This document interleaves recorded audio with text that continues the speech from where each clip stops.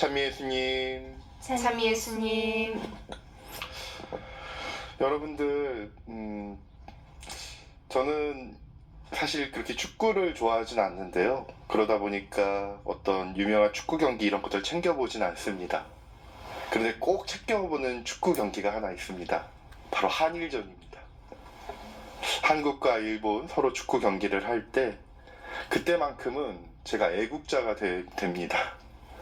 물론 저뿐만이 아닐 거예요. 많은 교우분들께서도 이 중요한 빅매치는 꼭 빼먹지 않고 꼭 보실 겁니다. 그때만큼은 사람들이 축구를 좋아하든 좋아하지 않든 대한민국을 응원하고 한마음 한뜻이 되어 애국자가 됩니다. 어렸을 때부터 그렇게 하다 보니까 꼭 이기는 것만이 정의라는 생각을 좀 많이 갖게 된 것 같아요.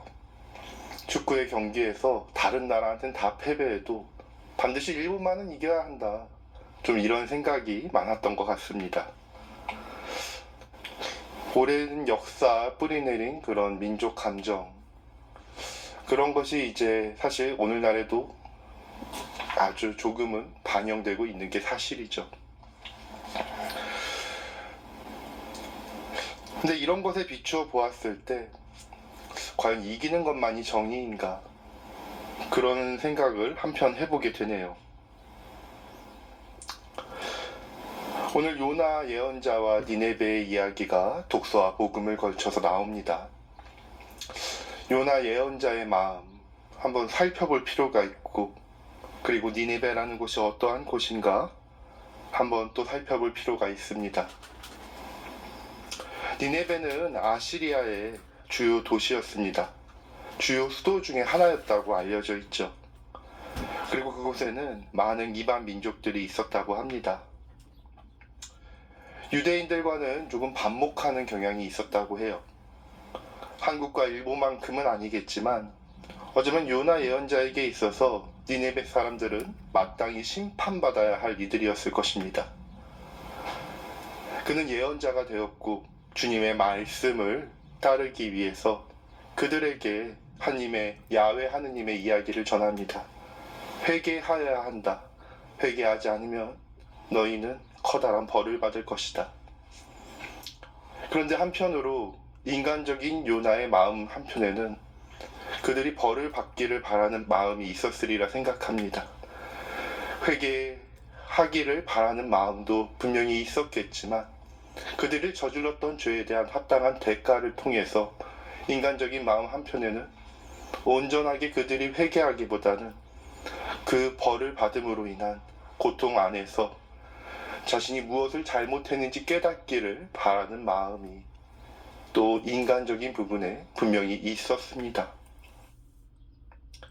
그런데 그들을 바라보는 하나님 마음 속에는 그들이 죄로 인한 아픔보다는 온전한 회개를 통해서 자신에게 돌아오기를 바라는 마음이 더욱 크셨을 것입니다. 요나와 하나님의 그 마음, 저는 그런 생각이 듭니다. 내 원수를 내 몸과 같이 사랑하여라 라는 예수님의 말씀 그 한편에는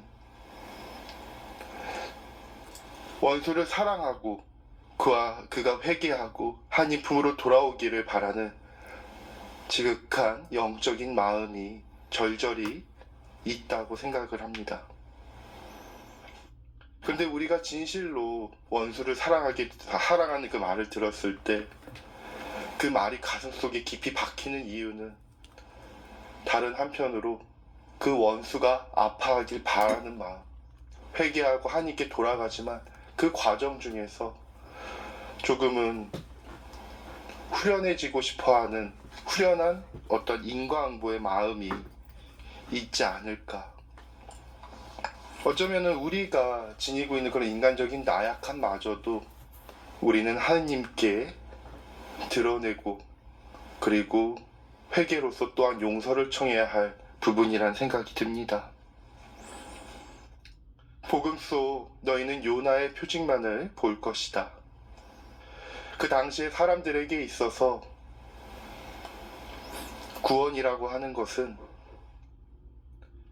새로운 왕국이 세워지고 자신들의 적대자가 벌을 받고, 그리고 솔로몬과 다윗과 같은 선지자들이 자신을 이끄는 것에 초점이 맞춰져 있었다고 합니다.